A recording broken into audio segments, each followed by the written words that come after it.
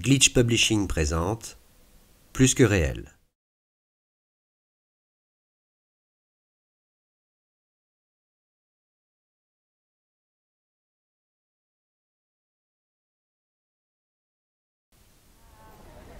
Séquence 19. Extérieur jour, carrefour Colette. Nos deux papillons se garent et posent leurs casques. Reine. On jette un coup d'œil sur Colette et on aura fini pour aujourd'hui. De l'autre côté du carrefour, une femme âgée et sale, presque nue, dort couchée sur une bouche d'aération du métro. Pour se protéger, elle s'est construite une sorte d'igloo avec des parapluies. Il traverse la rue pour la rejoindre. Reine, à voix basse. Elle dort. Devant l'igloo, quelques pommes sont disposées comme des offrandes sur un carton. Reine y dépose une pomme après l'avoir essuyée. Séquence 20. Intérieur, accueil bureau. Reine et Laure sont en grande discussion. Rep les précède de quelques mètres. Laure transporte dans ses bras une quantité impressionnante d'objets divers, les uns empilés sur les autres. Visiblement, elle est arrivée en même temps que nos papillons. Reine, alors. La collecte a été bonne, dis donc. Laure, m'en parle pas. Je sais plus où les mettre. Je me bats depuis des mois pour avoir un stagiaire, mais... Une boîte noire à l'équilibre précaire tombe par terre et répand une multitude de petits objets rouges sur le sol. Plusieurs centaines de dés se sont dispersés sur la moquette grise de l'accueil. Rep est figé sur place, comme un lièvre pris dans les phares d'une voiture. Reine s'empresse de lui dégager la voie en balayant les dés qui lui font peur pour qu'il puisse passer la porte blindée et quitter la pièce. Reine et Laure à genoux ramassent les dés à pleine poignée et remplissent à nouveau la boîte noire. Séquence 21. Intérieur bureau. Rep est assis à son bureau, il fume, le regard dans le vide. Reine s'approche de lui. Rep. Ce n'est qu'un accident. Reine. Il n'y a pas de hasard. Rep. Les papillons ne lancent pas les dés. Tu n'es plus commando miracle. Un ange passe. Reine. Tu peux y aller si tu veux. Je m'occupe de la paperasse. Ça suffit pour un premier jour. Je te prends demain matin? Rep tire sur sa cigarette, se lève et part. Rep. Whatever. Séquence 22. Extérieur jour, quai de Seine chez Rep. Rep est debout devant la porte de chez lui. Il a déjà mis son casque. De la main droite, il tient une cigarette. La gauche est dans sa poche de pantalon. Il attend. Reine arrive en scooter et s'arrête à 8 mètres de Rep. Elle perche le scooter sur sa béquille et pose son casque. Puis elle ouvre le coffre. Rep la rejoint et ensemble, ils regardent la destination de la première enveloppe de la journée. Reine remet son casque, bascule la béquille, Rep pousse le scooter. Séquence 23. Extérieur jour, boulevard Bonne Nouvelle. Reine et Rep devant le coffre du scooter. Reine ouvre l'enveloppe marquée Métro Bonne Nouvelle, 10h23. Reine. Une mini-clé USB. Elle la prend et lit le post-it collé dessus. Désolé, je n'ai pas le vinyle S-Express comme promis. Et la photo. Elle la prend. Sur la photo, on voit une femme stricte qui se penche pour ramasser une clé USB sur un siège de la station de métro Bonne Nouvelle. Au feutre rouge est écrit 10h23. Séquence 24. Intérieur, station Bonne Nouvelle. Le cadre et le décor sont exactement celui de la photo. Au premier plan, de 3/4 d'eau, un homme entre deux âges pleure. Sur le quai d'en face, Rep entre dans le champ. Il prend position et fait des photos avec son iPhone. La clé USB dans la main gauche et la main droite sur l'étui de son sabre, Reine entre dans le champ et marche jusqu'au siège. Elle place la clé USB comme sur la photo. Sans regarder autour d'elle, Reine sort du champ, bientôt suivie par Rep. Une femme stricte entre dans le champ et veut s'asseoir là où la clé est posée. Elle sort un mouchoir en papier de son petit sac et s'en saisit comme d'une crotte de chien. Puis elle lâche la clé sur le siège d'à côté, essuie son siège et s'assied. Le son agressif d'un rap hardcore d'excité précède l'entrée dans le champ de 3 jeunes arabes excités. Le premier porte un petit ghetto blaster, les 3 s'asseyent à côté de la clé. La femme stricte effrayée se lève et quitte le champ. Sur le quai d'en face, l'homme se lève et se rapproche du bord du quai. Visiblement, il compte sauter quand le métro arrivera. De l'autre côté, le porteur du ghetto blaster s'empare de la clé, la branche sur son haut-parleur et passe S-Express dans toute la station de métro.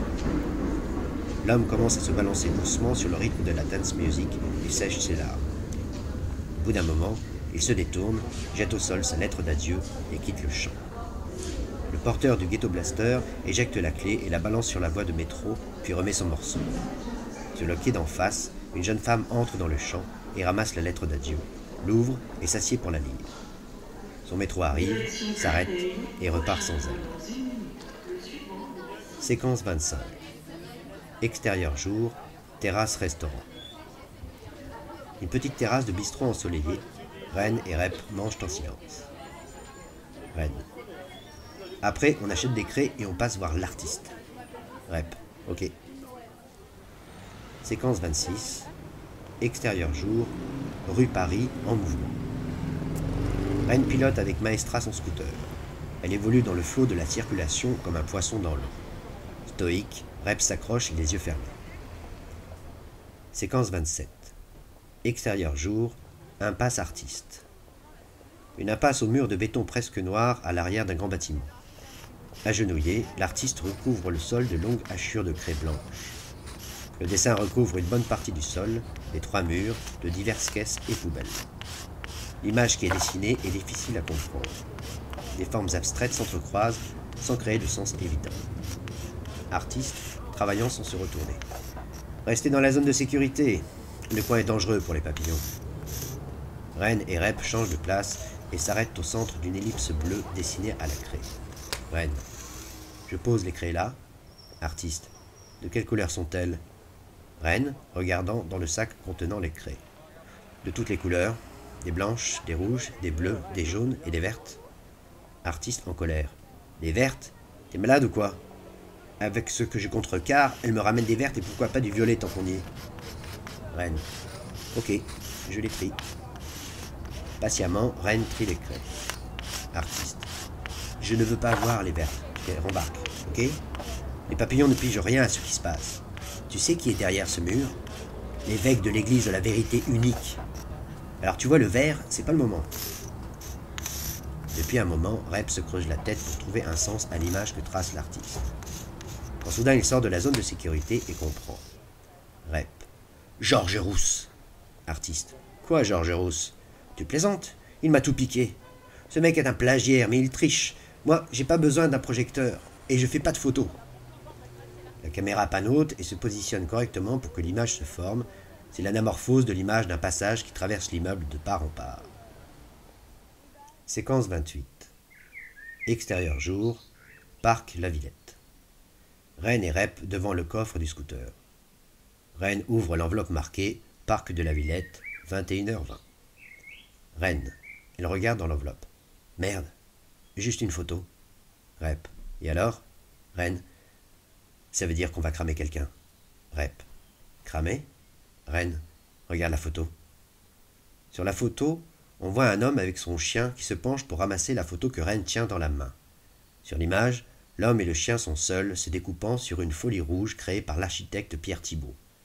Au feutre rouge, il est écrit 21h, 21 minutes et 21 secondes. Rep. Qui c'est? Ren. Le bon gars, au bon moment, au bon endroit. Il n'y est pour rien, c'est comme ça, comme un coup de tonnerre dans un ciel bleu. Séquence 29. Extérieur jour, allée Parc La Villette. Le cadre et le décor sont exactement celui de la photo. Une folie au bord d'une allée déserte du Parc de la Villette. Le soir approche. Des oiseaux gazouillent, le vent fait onduler l'herbe. Rep entre dans le champ et il prend position et fait des photos avec son iPhone.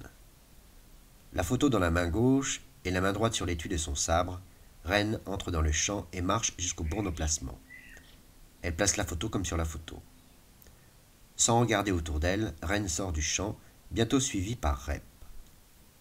Un gros chien traînant son maître entre dans le champ. L'homme est en grande conversation avec son téléphone portable. Le chien tente d'éviter la photo, mais l'homme freine des 4 fers. L'homme raccroche et coince son portable entre sa joue et son épaule. L'homme se penche pour ramasser la photo. Il regarde l'image de lui-même, ramassant la photo qu'il tient dans sa main. Regarde son iPhone, regarde à nouveau la photo, cherche autour de lui un impossible photographe, mais il n'y a personne. Il lâche sa laisse et son mobile. Le chien s'échappe. Le téléphone sonne dans le vide, jouant une petite musique stupide. L'homme tourne sur lui-même à la recherche d'une solution. Il finit par s'asseoir par terre, le regard dans le vide. Le smartphone cesse enfin de sonner. Séquence 30. Intérieur nuit, hôpital chambre Paul. Ren pousse la porte et découvre Paul entouré d'un aréopage de médecins en blouse blanche. Tous se tournent vers Ren avec un grand sourire. Paul. J'ai réussi à les convaincre. Médecin-chef, à Ren. Nous allons faire l'impossible. Ren, sautant de joie. Yes!